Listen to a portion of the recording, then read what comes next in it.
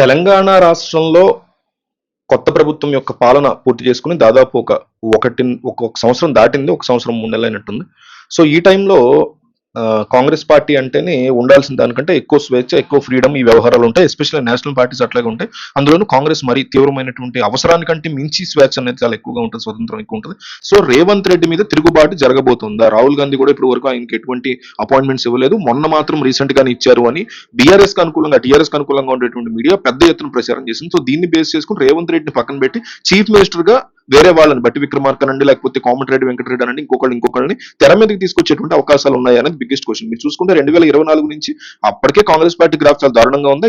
ఇంకా పడిపోతూ వచ్చింది. మహారాష్ట్ర కావచ్చు, హర్యానా కావచ్చు, మన ఢిల్లీ కావచ్చు, చాలా దారుణంగా పడిపోతూ వస్తుంది. 3 రాష్ట్రాలు మాత్రమే ఈ రోజు కాంగ్రెస్ యొక్క చేతిలో ఉన్నాయి. అయితే ఎప్పుడు రాహుల్ గాంధీ అపాయింట్మెంట్ ఎందుకు ఇవ్వట్లేదు? ఆయన మొన్న తెలంగాణకు సంబంధించినటువంటి ఒక టూర్ కూడా ఉంది. తెలంగాణలో వరంగల్ వచ్చి వరంగల్లో ప్రజల్ని పిల్లల్ని కలిసి అక్కడి నుంచి ఆయన చెన్నైకి ట్రైన్ లో వెళ్లాల్సినటువంటి ప్లాన్ వేసుకుని ఇవన్నీ ఉన్నా కూడా ఆ ప్రోగ్రామ్ మొత్తం క్యాన్సిల్ అయింది. తెలంగాణలో వరంగల్ ప్రాంతంలో తిరుగుబాటుకు అవకాశం ఉండటం వల్ల ఆయన ఇవన్నీ క్యాన్సిల్ చేసుకున్నారని కూడా టీఆర్ఎస్ అనుకూల మీడియా చాలా ఎక్కువగా స్ప్రెడ్ చేసింది. ఈ నేపథ్యంలో రేవంత్ రెడ్డిని పక్కన పెడితే అసలు నిజంగా పక్కన పెడితే ఉన్నటువంటి ఈ బిగ్గెస్ట్ పీపుల్ ఎవరున్నారు? ఎవరు ఒక లీడర్ పొజిషన్ ని కాంగ్రెస్ పార్టీలో తీసుకునేటువంటి సత్తా ఎవరికి ఉంది అంటే ఒక్కళ్ళు కూడా కనిపించారు. మీకు తక్కువ టీఆర్ఎస్ ని తీసుకుంటే కనుక తక్కువ మీకు ఈజీగా కేసీఆర్ వెంటనే కేటీఆర్ వెంటనే హరీష్ రావు కనిపిస్తారు. వరస్ట్ కేసులో కవిత కూడా సిద్ధంగా ఉంటారు, ఒక లీడర్షిప్ క్వాలిటీస్ ఉన్నటువంటి వ్యక్తిలాగా. బట్ కాంగ్రెస్ పార్టీలో ఆ పరిస్థితి కనపడదు. రేవంత్ రెడ్డి కూడా ఒక కేసీఆర్ లెవెల్ కాకపోయినా కేసీఆర్ ని ఢీ కొట్టగల సామర్థ్యం తనకు ఉందని ప్రూవ్ చేసుకోబట్టి ఆయనకి సీఎం క్యాండిడేట్ గా ఆయనకి అవకాశం ఇచ్చారు. ఆయన సీఎం గా ఉన్నారు. సో ఇప్పుడు ఏబిఎన్ రాధాకృష్ణ లాంటి వాళ్ళు కూడా తమ వీకెండ్ కామెంట్ బై ఆర్కేట్ లో రేవంత్ రెడ్డి పట్ల కాస్త అసంతృప్తిని చాలా క్లియర్ కట్ గా చూపిస్తున్న నేపథ్యంలో ఇప్పటికిప్పుడు సరి చేసుకోకపోతే డేంజరా అనే ఫీలింగ్ లో కాంగ్రెస్ హైకమాండ్ ఉందనే మాటలు వినిపిస్తున్నాయి. అయితే ఇక్కడ తిరుగుబాటు అనేది మాత్రం పార్టీ వైపు నుంచి పెద్దగా రావట్లేదు. మీరు అబ్జర్వ్ చేస్తే ఎనీ కాంగ్రెస్ గవర్నమెంట్ లో ఇంకొక మినిస్టర్లు వాళ్ళు ఏది పడితే అనుకుంటూ ఉంటారు, విమర్శించుకుంటూ ఉంటారు. చాలా సహజంగా జరుగుతూ ఉంటుంది. Over the years, over the decades రాజకీయాన్ని చెక్ చేస్తున్నప్పుడు మనకు అనిపిస్తుంది చాలా క్లియర్ గా. ఇప్పుడు హిమాచల్ ప్రదేశ్ ఫర్ ఎగ్జాంపుల్ తీసుకుంటే అక్కడ ఉన్న సిట్టింగ్ సీఎం మీద తీవ్రమైనటువంటి వ్యతిరేకత వచ్చింది.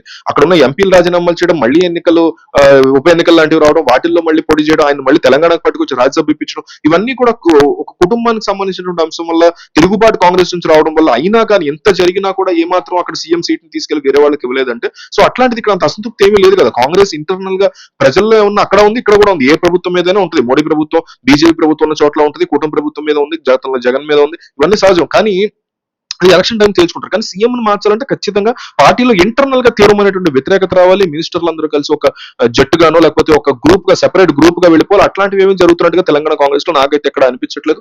అయితే బట్టి విక్రమార్క కావచ్చు, ఇంకొకళ్ళు కావచ్చు వాళ్ళందరూ గ్రూప్ రాజకీయాలు చేయడమో లేకపోతే ఓపెన్ గా బహిరంగంగా విమర్శించడం, చిన్న నాయకులు విమర్శిస్తున్న మాట వాస్తవమే. కానీ మినిస్టర్ లెవెల్ వాళ్ళు ఎక్కడ విమర్శిస్తున్న పరిస్థితి ప్రస్తుతానికి అయితే కనిపించట్లేదు. ఒక 20 మంది ఎమ్మెల్యేలు ఏమైనా గీత దాటిన వాళ్ళు మహా అయితే బీజేపీకి వెళ్ళారు, టీఆర్ఎస్ కి వెళ్తారు. 20 మంది వచ్చినంత మాత్రం టీఆర్ఎస్ కూడా పెద్ద ఉపయోగం ఉండే అవకాశం లేదు. అదే ఎన్నికల ముందు ఇట్లాంటివి ఏమైనా నిర్ణయాలు తీసుకుంటే అవి ప్రభుత్వానికి వ్యతిరేకంగా పనిచేసే అవకాశం ఉంటుంది తప్ప ఇప్పటికిప్పుడైతే తెలంగాణలో సీఎం యొక్క మార్పు ఉంటుందని నేను అసలు ఏమాత్రం కూడా ఉంటుందని నేను నమ్మట్లేదు. మీకేమనిపిస్తుందో కామెంట్ చేయండి.